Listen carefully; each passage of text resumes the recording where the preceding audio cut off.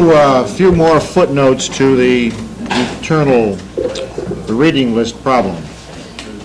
I completely forgot when we were talking about those books of the late 20s and 30s that are still in print, still available. I completely forgot to mention, of course, John Dos Passos' trilogy, USA, which is everywhere, and which is about as significant a work as came out of that period. Although I think subject to most severe literary criticism, nonetheless one of the most solid of the products of that time. That you'll have no trouble getting. Also, it's occurred to me that none of our lists includes a book which may be of some interest to at least some of you. It possibly falls just outside the period that Rideout was mostly concerned with. Or perhaps he overlooked it. This may be a book he had not heard of. You may be familiar with the American poet, only recently dead, William Carlos Williams. He was very much involved in proletarian movements, even as early as the 20s. A most superior poet, a man who has done work of lasting value in the field of analyzing the American character in an excellent book called In the American Grain. And also, at odd moments, a novelist. And the point is that somewhere in the early 40s, I don't remember the date, he wrote a truly proletarian novel called, I think, Passaic, the name of a city in New Jersey, close by where William Carlos Williams lived all of his life. Passaic. It's P-A-S-S-A-I-C. It's a textile town, and the book is concerned with the lives of workers in textile mills, right down through the standard formula of a strike situation. I have not checked yet to see whether this book is in the library, but I assume there's a good chance it will be, because libraries generally collect everything of William Carlos Williams.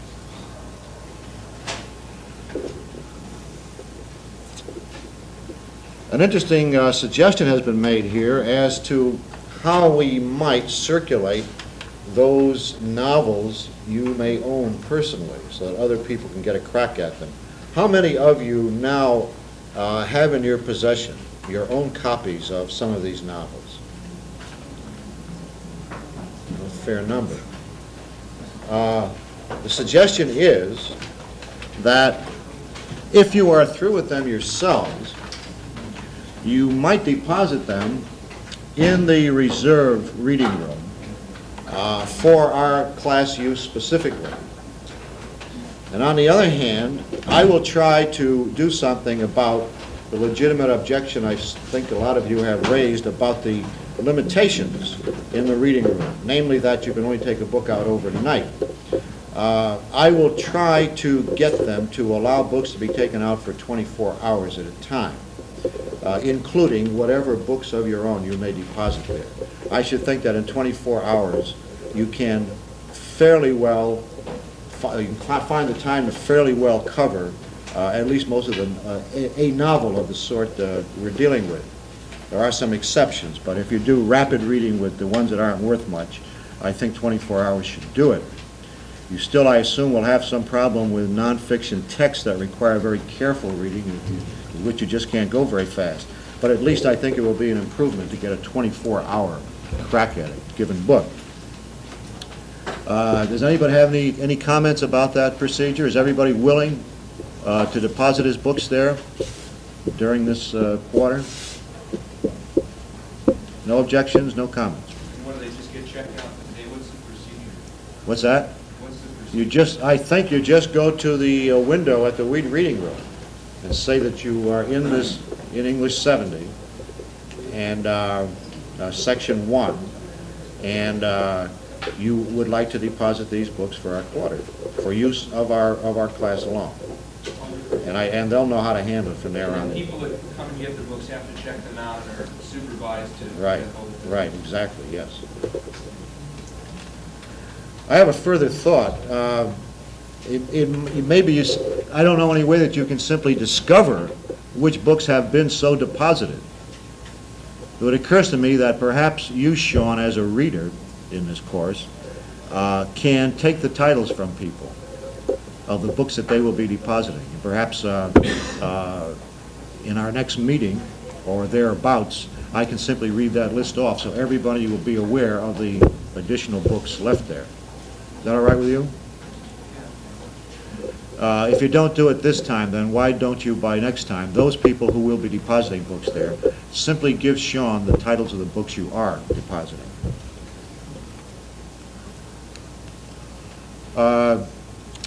Sean, you say that you have discovered a review of a new book which has a proletarian smack to it. Would you mind reading it? Well, it's about 2 columns in Time magazine if you want to take it to the class time. Well, maybe you can just read a couple of excerpts to give us an idea of what it is. Yeah. Okay. Set mainly in Detroit. The name of this book is Them. It's just been published by Vanguard by Joyce Carol Oates. She's a young writer. She's about 31. O-A-T-E-S? Yeah. Oates. Set mainly in Detroit, Them spans 3 decades from the economic depression of the late 1930s through the gathering moral and spiritual depression of the affluent post-war years. The book ends in the fire and blood of Detroit's 1967 summer riot. On the surface, the book is hard, cold, and terrifying. Its core, however, is molten with sympathy for the struggles of the major characters. The result is urban Gothic, a type of naturalism saved from the simple cataloging of disasters by the author's ability to transform mysteries of experience into vital characterization. Though they vary in complexity, all of her people face the uncompromising difficulties of love and its opposite, not hate, but apathy, a maddening emptiness that invites lust and violence the way Deadwood invites fire. Loretta Wendell is in some ways the most fortunate. As a 16-year-old depression waits, she waits to discover that her lover sleeping beside her has just been shot through the head. Doesn't sound very proletarian to me. By her. Within the hour, a policeman more interested in investigating Loretta than the murder has her back in bed. Marrying him to rise in the world, she eventually finds her level as a cheerful survivor, shifting from man to man, piecing together each new day from the wreckage of the old. Loretta's daughter, Maureen, also has trouble with men, particularly her stepfather, who nearly beats her to death. The battering reduces the girl to a state of psychic numbness. When her will reasserts itself, she plots to seduce and marry a man, gaunt with normality, quote unquote, who already has a wife. This is Time. I should think it would be bloated with normality. Go on. Who already has a wife and 3 children. If she can't have a life transformed by love, at least she can have a house and family in the suburbs. She wrote the review. Her brother, no, wait a second. This was the part that interested me. Her brother, Jules, by contrast, is consumed by passion. In Miss Oates' intensely realistic tale, he is the stunted Nietzschean hero, a drifter and petty criminal who lacks the imagination to refine love out of his shapeless longings. Yet he is not without hope. Caught up in Detroit's summer riot, Jules discovers that his best instinct is for a senseless, dreamy violence. Quote, violence can't be singled out from an ordinary day, he tells a TV interviewer after the riot. Everyone must live through it again and again. There's no end to it. No land to get to. No clearing in the midst of the city. Who wants parks in the midst of the cities? Parks won't burn. Okay. I think that Miss Oates has just lost 50 readers. But if anybody's interested, it exists apparently. By way of very quick documentation to prove how incredibly right I've been about the trend I predicted is going to develop, you may have noticed that a theater group in Los Angeles has just revived with apparent great success the so-called proletarian drama of the 1930s by a man named Kingsley. The thing is called Dead End, and it's from that play derived the whole tradition of the Dead End Kids, about whom many movies were made. It's one of the most abominable plays ever written, I assure you, but it's apparently arousing a lot of enthusiasm. And the reviewer in the LA Times concluded by saying that obviously Now that the vein of the 20s has been exhausted, the 30s are going to be discovered, and this is going to be happening over and over again, and I rather fear that it will. And also, by way of the same kind of documentation, I've told you about the novel called Hermanos by Bill Herrick about the Spanish Civil War. And this is already a fantastic success. It's a literary guild selection, as I said, has been bought by Joe Levine's Avco Embassy Film Productions for a movie. And here now is somebody has sent me a full-page ad in the New York Times, which is very hard to come by. And you'll find further proof in the text here to the effect that this is a good book because I'm quoted saying that it is. And you know the written word doesn't lie. But that's not why I bring this to your attention. Observe the artwork. This is central. Can you see it? Or come by and see it right after class. They have revived, you see here, the graphic techniques of proletarianism of the 1930s. What you see here is a set of faces which have no individuality. These are types. These are generalized faces. This is not an individual worker. It's the worker. This is not a proletarian girl. It's the proletarian girl. You see, all the lines of character have been very carefully removed. I hope you see that by extension. That is what I am going to find to be the greatest shortcoming of proletarian literature. Now we return to somewhat dismal Bolshevik history. Let's recall what the Second International, the so-called movement of social democracy, was like on the eve of World War I. It was not a tightly unified party with a carefully delineated program. It was rather a kind of political grab bag of the left, and there were many divergent tendencies within it. It was a party varying, of course, somewhat from country to country, depending on the level of industrialization of the country and the social composition of the country. Generally speaking, the socialist parties of that time contained both blue-collar workers and white-collar workers, both proletarians and middle-class intellectuals or professionals, both mild liberals and rather extreme radicals, reformists and revolutionaries. The only place in the world where these varying tendencies had separated out, had split off one from the other and formed separate parties was, as I've indicated, in Russia in 1903, with the split between the Mensheviks and the Bolsheviks, leading to the Menshevik Party, which remained attached to the Socialist International, and the Bolshevik Party, which operated for some years as a party by itself, and then later, after the revolution, became the basis for the Third or Communist International throughout the world. Being such a variegated party, social democracy faced an absolute crisis when World War I began. Within its ranks were nationalists and internationalists. The nationalists, who carried the day practically everywhere, said, we must abandon for the period of armed warfare our international aspirations, our connections with other parties.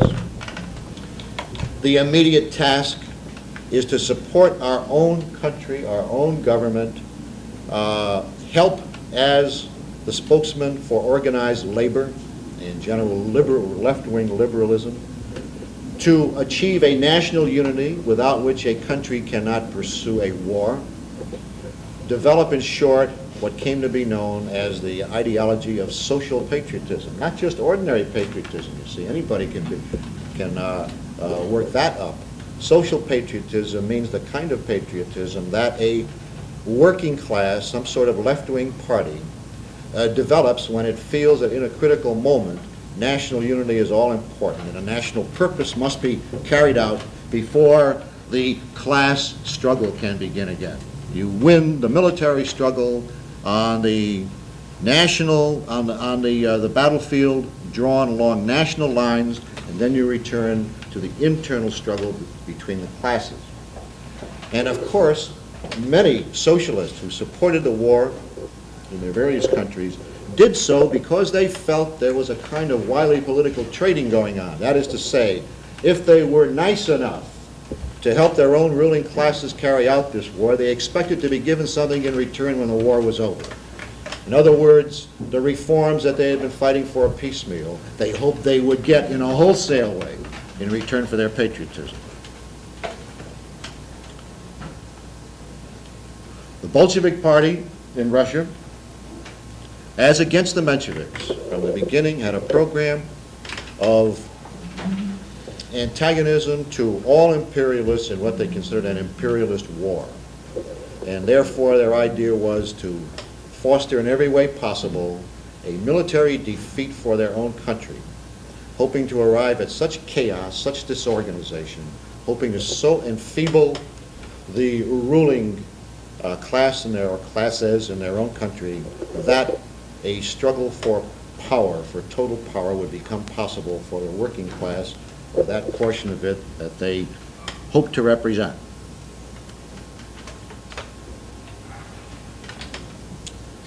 The essentially Menshevik Revolution took place, as we've established, in February of 1917. It was a mild reformist taking over, which reflected the essential policies of the Socialist International, the Second International. And now, the various political exiles of all stripes, but mostly Bolsheviks, were free to return to their country. They did. And they reached a decision, after some political turmoil, a decision that basically was argued for and put across by Trotsky, who took the most radical of all positions at this moment. The position that the bourgeois revolution could not carry out the vital progressive measures at this late date in Russia that the bourgeoisie, more powerful in earlier times, with a longer historical vista before it, accomplished in other countries in the West. And that therefore, the tasks of the bourgeois democratic revolution had to fall upon a socialist working class revolution.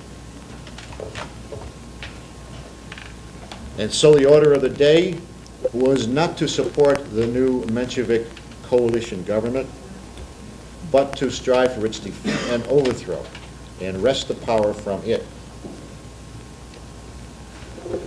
So we come to October, when this Bolshevik program was indeed carried out.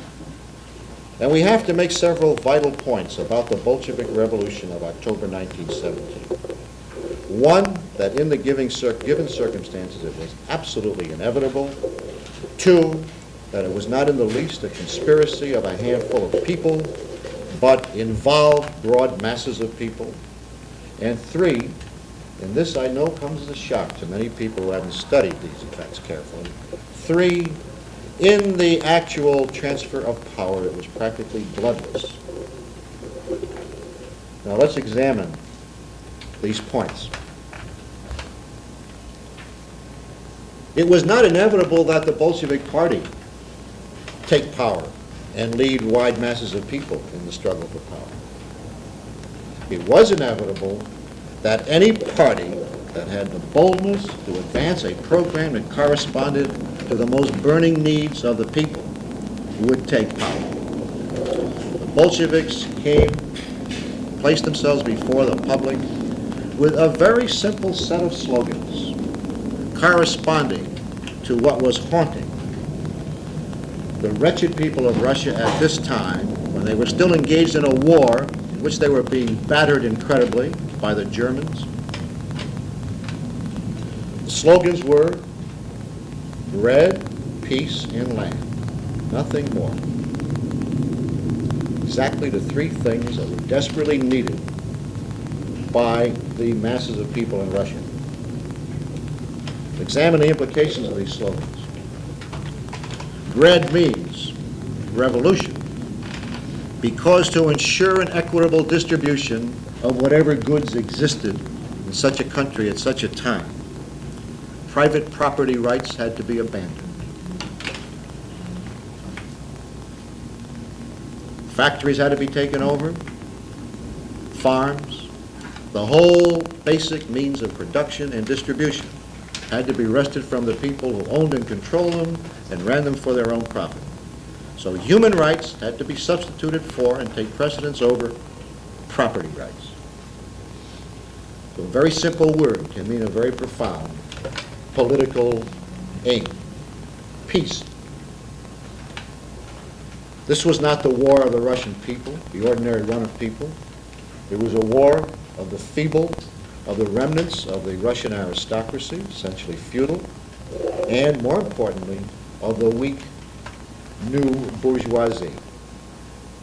Why did they fight this war with the Western Allies? Because they hoped that they would get important things in return from those incredibly rich Western countries in return for supporting their war effort. But what kind of return did they mean? They meant aid in building up industry on the basis of private property, aid in the form of various kinds of investments, technical assistance, and so on. The weak capitalist class of Russia hoped that the enormously powerful capitalist classes of the West would come to its aid in exchange for this military support. But the trouble was, on the Eastern fronts, they were not winning, they were losing, which meant the most incredible hardship for the general run of people in Russia. Widespread starvation, incredible amount of suffering. So obviously the slogan of peace corresponded to the needs of the people. Land. It's as simple a one-word program as is the same one-word program, say, in Latin America today, or wherever there is an incredible monopoly of productive land by a handful of incredibly rich people who form an elite, who very often run their properties in absentee ownership, and who oppress those propertyless people who work their lands in the most vicious manner. So that the slogan meant that the monopoly of the great landowners was to be broken, the land was to be taken from them and distributed to the peasantry. Now, anybody, I say, who put forth these three words in Russia in 1917 after February could have walked into power. If the Mensheviks had had the courage to break with their class allies in the Western world and to consider the genuine needs of their own people, they could not have been overthrown by the Bolsheviks. It's that simple. No other party but the Bolshevik Party dared to present such a program. And this, I think, is why it was inevitable that this party took power. Why was this necessarily so radical, this program, if this is what the people wanted? I don't think it's so radical. We hear programs about programs of this effect everywhere in the world today. Well, then why were the Mensheviks so afraid of it? Because the Mensheviks had appointed themselves as spokesmen for the liberal capitalist class, had formed alliances with the liberal bourgeois parties to have advanced human rights over property rights. Would have meant an assault upon the privileged classes, the liberal wings of the privileged classes, with whom they were in alliance and upon whom they depended for support, more than they did upon the working class. Also, I said before that Mensheviks didn't believe the historical conditions were right for a socialist revolution. And then also, the one reason the provisional government was so bad is that they didn't do anything. They put up all decisions until an election in the Constituent Assembly. Yep. And they had plans, like the social revolutionary plan, the land reform, which the both of refused, but they didn't want to implement anything until after the Right. Constituent essentially. Right. Their essential ideology was that the bourgeois democratic revolution had to go through a long period of development now. The slow building of a fully industrialized capitalist system. And you see the Bolshevik argument against it, which was derived first of all from Trotsky, was that the bourgeoisie was too cowardly in the 20th century to accomplish what it accomplished in the 18th and 19th century. And its historical role had been passed over. And that the heirs, the inheritors of that role, had to be the organized working class with its allies. Mike? Wasn't there an older party, the Socialist Revolutionaries? That Social revolutionaries, the SRs, weren't yes. they always pretty much in control of the hinterland and the Bolsheviks? They were based almost exclusively on the peasantry, but actually not on the bottom ranks of landless people, on small landowners and so on, the petty bourgeoisie of the countryside. And there was in their ideology a certain mixture of liberal bourgeois thinking and naive 19th century anarchism derived from Kropotkin primarily. Who wrote the 3 words? Who wrote the 3 words? Yes. Lenin, Trotsky. Lenin and Trotsky. Sure. The Central Committee of the Bolshevik Party. See, the moment they decided that the time was ripe for taking of power, they knew what words to produce. It was very simple. And let's repeat. Yeah, I'd like to know, if you're going to go into this setting of the timetable. Now, I know that there's been rumors that Lenin said, put off, until the time is right. Are we going to go into that exactly, what conditions? Not beyond what I've said. The point is that in the crucial month of July 1917, when all the exiled leaders had reassembled in Russia, a period now known as the July Days, there was indeed confusion about how to proceed. And at that moment, Lenin was not at all in amongst the boldest people. He and quite a few of his associates were saying, we just got to let this revolution, the Menshevik Revolution, proceed for a while. And somewhere in the future, we don't know just when, maybe we can take a stand.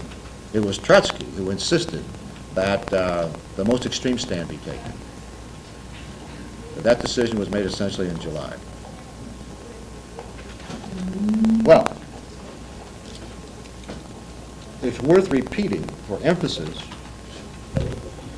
that power was taken almost bloodlessly because the Menshevik government structure, the general power structure, was so enfeebled, without mass support, and the country was reeling from one military blow after another. Widespread starvation, widespread misery of the most incredible sort.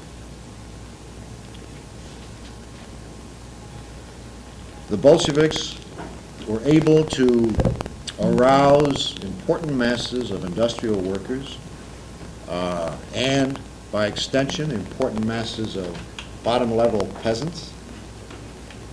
With these masses, they were able to, well, first of all, let's establish that there was a condition known during the summer and fall of that year, known as dual power. And this almost always happens in a revolutionary process. That is, there's the official power, the government, with all of its orthodox arms of repression, and its orthodox assembly, parliament of one sort or another. In Russia at that time, there was a constituent assembly because a constitution had to be written for a democracy. They had inherited none from the Tsar.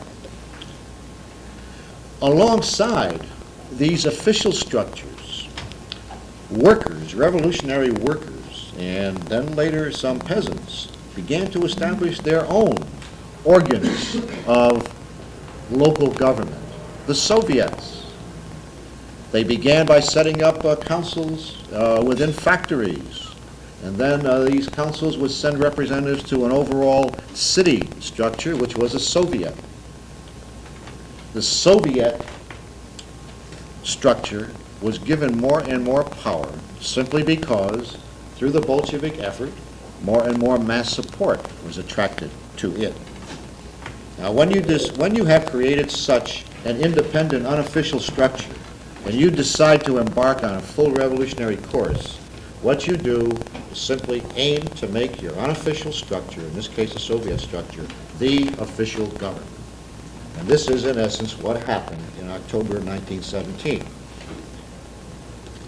And because their own unofficial structure was so powerful and implemented with armed forces, volunteers, and because the official structure was so feeble, they were able to take over and storm the Winter Palace and so on with very little bloodshed.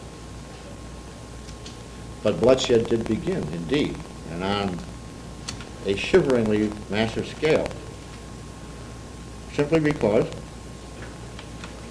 those who had been ousted from power did not take their defeat lying down. The generals of the old order, who were still in control of the army, began to recruit their own counter-revolutionary forces in various provincial areas. The so-called White Army was created this way to fight the Bolsheviks and throw them out of the newly acquired power. In very short order, the new leaders of the government, Trotsky, Lenin, and some others, began negotiations with Germany to end the war. They made some considerable sacrifices of land in the Treaty of Brest-Litovsk in order to stop the fighting in what they continue to insist was an imperialist war, and therefore now meaningless to a working class regime. As the ragtag troops of the official Russian armies were released from their duties at the front, they came back home. Some of them joined the Red Army, which was in process of creation, and some joined the White Army. So armed forces were being created, and they began to clash, many different fronts. There were as many as 19 different fronts around the country. Trotsky became war commissar, the leader of the Red Army, and personally supervised the fighting on all these fronts. And then, indeed, bloodshed began. We have to add that not only were there white armies struggling to regain power, but there were interventionist armies from the Allies, particularly after the war ended and toward the end of 1918. There were, I don't know, somewhere between 17 and 20 expeditionary forces sent in to aid the white armies against the red. Among them was an American expeditionary force. For those of you who think that the American practice of intervening in revolutionary situations on the side of the counter-revolution is a recent pattern, I remind you that it goes back at least to 1918 and 19 in Russia. The final proof that this revolution was not the evil plot of a handful of conspirators is that enough masses of workers and peasants, and to a certain extent of intellectuals, were gathered into the Red Armies, and they were almost all volunteers, enough of them to defeat the rather powerful White Armies. I have to say this was a mass phenomenon and not the concoction of a few underground people. Was Germany at the time, when they were negotiating, Trotsky and Lenin were negotiating with Germany, were they aware of the internal upheaval in Russia? And if so, why did they at all bother to negotiate that was total victory if there was such internal struggle going on? Because Germany was in such a bad way militarily. It had made the mistake that it's been making all along, trying to fight a war on two fronts simultaneously. And nobody could have been more relieved than they were. Were they aware at the time that there was? Oh, absolutely, absolutely. They had no alternative. They were being beaten badly.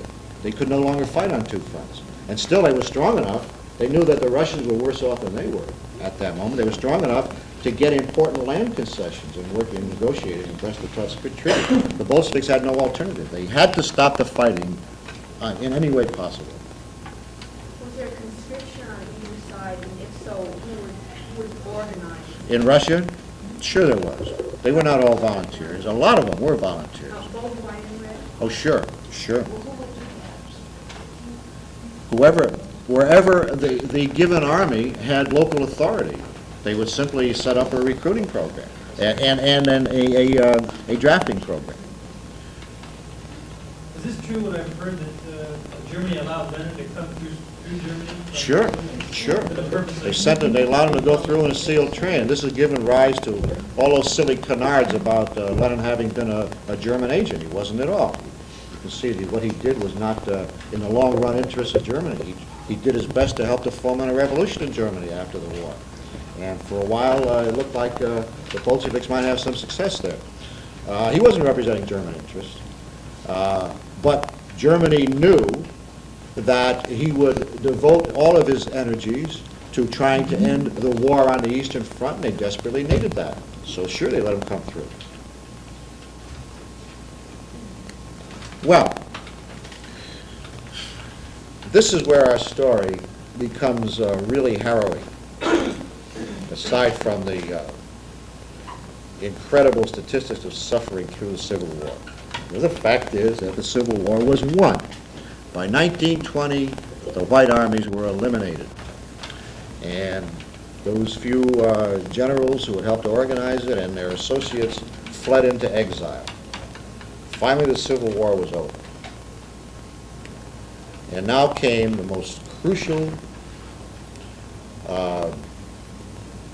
moment of decision for the Bolsheviks. They now controlled Russia. They had still mass support. What happens when you end a bitter and protracted civil war? The people who have fought this war, who have suffered all through it and made the most incredible sacrifices, now say, enough is enough. We gave of ourselves, now we want to be given to. We talked at the beginning about bread, peace, and land. This is why we fought and why we died. Now those of us who survive want bread and the land. Peace we have, but it's not enough. Peacetime, you have to eat, you need some kind of employment, some kind of security. Now, in the 3 years of the Civil War, there was the most ironclad discipline established throughout the country. There's no question about it. This was an absolute dictatorship. This was a period known as war communism. War communism means that you cannot allow for all the luxuries of free discussion, of election of officials in a party or in a government, of endless debates in the press, free speech and free press and all of this. No. All energies must be devoted to one end, supporting the army and winning the war. And so there were no civil rights during these 3 years. And if people got tired of fighting in the army, sometimes they were lined up before a firing squad and shot, yes. Individual needs and individual interests were not considered. This is one of the most vicious aspects of warfare always. It is not to be condoned or admired in a Bolshevik system, but we have to add that any capitalist system that's engaged in war when the war is close to home, there is the same sloughing off of civil liberties and the same essential disinterest in the individual. But now, there was no more need for such sacrifice. The people wanted something for all their efforts. And so they were saying, an end to war communism with its iron discipline. Let's relax, let's think in terms of material needs, let's satisfy our hungers and our wants and our thirsts. Let's have all the civil rights that we never got under the Tsar, that we got only in a patchwork, feeble way under Kerensky's government, the Menshevik government, that we fought for. Let's get them. Let's be able to stand up and talk our heads off about any kind of politics we want. Let's organize parties. Let's not have just one party. Let's elect people Wherever we need officials in a party, in a government, and all the local Soviets, let's elect them. Let's not have them appointed anymore. Let's have the freest possible press. Let's have an end to rationing, which meant during warfare that the Bolsheviks controlled whatever goods existed in the country, food, clothing, and so on, and rationed them only to the people they thought were most important, including themselves. But first of all, to the people who were fighting in the fronts, and second to the people who were running the needed factories. Let's have, in short, a proletarian democracy. Now, they weren't just saying this, they were beginning to make demands. These were not counter-revolutionary demands. They were demands on the part of people who had fought the revolution on the side of the Bolsheviks. They began to strike. There were some minor peasant revolts through the countryside. People saying, yeah, we fought for the land, now begin to give it to us. And in the great industrial centers, heavy industry workers began to strike. And this was particularly the case in Leningrad, which had been Petrograd. The workers in some heavy steelworks and associated industries went on strike with the demands I've outlined. Crucial moment for the Bolshevik government. How were they going to deal with a kind of opposition now arising not from Tsarist White Guard generals or wishy-washy Mensheviks, but from their own ranks, from the people who had fought in their own revolution on their side? They opted not to deal with the union leaders of the strikes. They rather suppressed the strikes. They arrested the leaders and imprisoned them. I'm talking about a period of November and December of 1920. Perhaps they thought that with these stern measures they'd ended the discontent, but on the contrary, they were feeding its fires. Now came the most crucial event of all, which I think determined forevermore the form of Bolshevism. An event known as Kronstadt. Kronstadt was a naval garrison on an island in the Bay of Finland, some 20 miles west of Petrograd, then Leningrad. Perhaps the most important naval base that the Tsarist Navy had had. Now it was part of the Bolshevik armed forces. And a naval garrison continued to be maintained there. A Soviet was created there. There were some 15,000 people in the Soviet associated with the Navy one way or another. The Kronstadt sailors have a special place in Bolshevik history. They were the most courageous fighters, the most renowned fighters in the revolution. They were particularly close friends of Trotsky's. They idolized Trotsky. They formed his personal bodyguard, got bodyguard for his family. He visited there often, and he was carried around on their shoulders as they sang Bolshevik songs to him. Whenever the Red Army faltered on a given front, Kronstadt sailors were taken by Trotsky to become the vanguard on that front and inspire those who were despairing to new efforts. This was a heroic legend already created around the Kronstadt sailors. Now, the Leningrad strikes, industrial workers' strikes, were suppressed, and suddenly, beginning of 1921, the Kronstadt Soviet met, 15,000 members, and passed a resolution supporting the suppressed Leningrad strikers and making the same demands they had made. An end to war communism, full individual liberties, full political liberties, full social liberties. At that moment, the Bolshevik Party was having a Congress precisely in Leningrad. And so the issue was most immediate to them, even geographically. How did the leaders assembled in Congress react to Kronstadt? Trotsky immediately said, these are special people, but even if they were not, their demands are legitimate. Perhaps they're extreme, perhaps they're overstated, that's to be understood because of their exhaustion after 3 years of bitter civil war.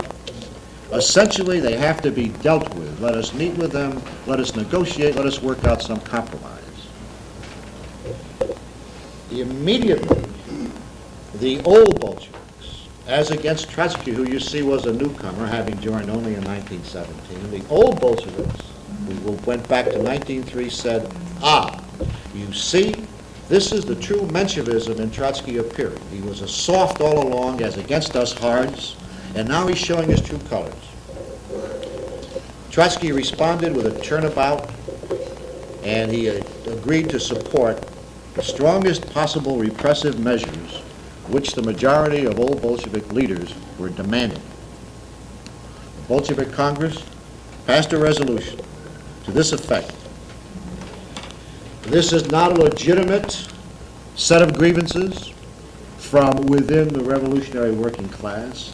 This is counter-revolutionary, inspired by exiled Mensheviks and even the remnants of Tsarism, who are directing this from abroad. This is full-scale mutiny. We respond in only one way. We do not negotiate. We demand unconditional surrender. If we do not receive unconditional surrender in 48 hours, we send the Red Army marching against the garrison at Kronstadt. Now, there was a time element here. They had to reach a quick decision because the Bay of Finland is frozen over during the winter, but in February it thaws. So if you want to march against a garrison in the Bay of Finland, you have to do it by mid-February, and when mid-February was approaching. The sailors refused to accept this ultimatum, and they were now doing some very stirring things. There's an interesting literature on this if anybody ever wants to explore it. And by the way, so far as I know, the most complete assemblage of the facts on Kronstadt you will find in a book of mine, which has to do with Trotsky's last days and his assassination in 1940 in Mexico.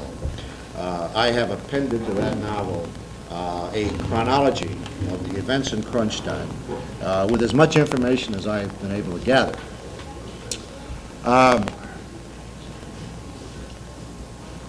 They did not, in Kronstadt, accept this ultimatum. They set up their own radio station. They began to send out appeals to workers all over the world, revolutionary workers, to support them. The women were particularly moving at this time because they were making appeals to women's working class organizations around the world, trying to establish, in the most desperate way, also in a newspaper they put out, by the way, trying to establish every way possible that they were true supporters of the revolution, were not in any way interested in overthrowing the new government, wanted a realization of the aims of the revolution, not to destroy the revolution. The Red Army, not under Trotsky's personal direction, no. He couldn't bring himself to attend this event physically. But since he was a leader of the Red Army, this was a marching order from him. The Red Army units marched across the ice, the Bay of Finland, toward Kronstadt, wearing white sheets over them so that they would not be such prominent targets, and laid the garrison under siege for 2 weeks. And finally, after pounding it savagely with their big guns, swarmed over the bastions, captured the town, and essentially wiped out 15,000 people. They weren't all killed immediately, but a very large percentage of them were killed. The others were sent to prisons and into labor camps, and you can be fairly sure died rather rapidly. You can see that a set of extremely drastic decisions was made at this point.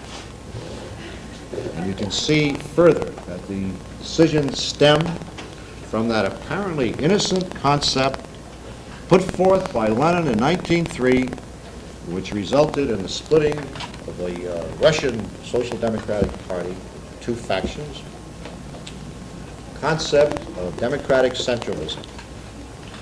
You can see that Trotsky's warnings in 1923 as to what the effects of this concept of democratic centralism would be were now very rapidly coming to pass, with the added irony that Trotsky was now in the new bureaucracy helping to bring them to pass and defending what was happening, whereas when he predicted these events in 1903, he was attacking them. Essentially what had happened was that, as was inevitable, in the concept of democratic centralism, the democratic component was more and more neglected, and the centralist component more and more emphasized. And Kronstadt was a triumph of centralism without any democratic window dressing whatsoever. Centralism with heavy guns. A further sickening irony is that only 5 or 6 months after this massacre,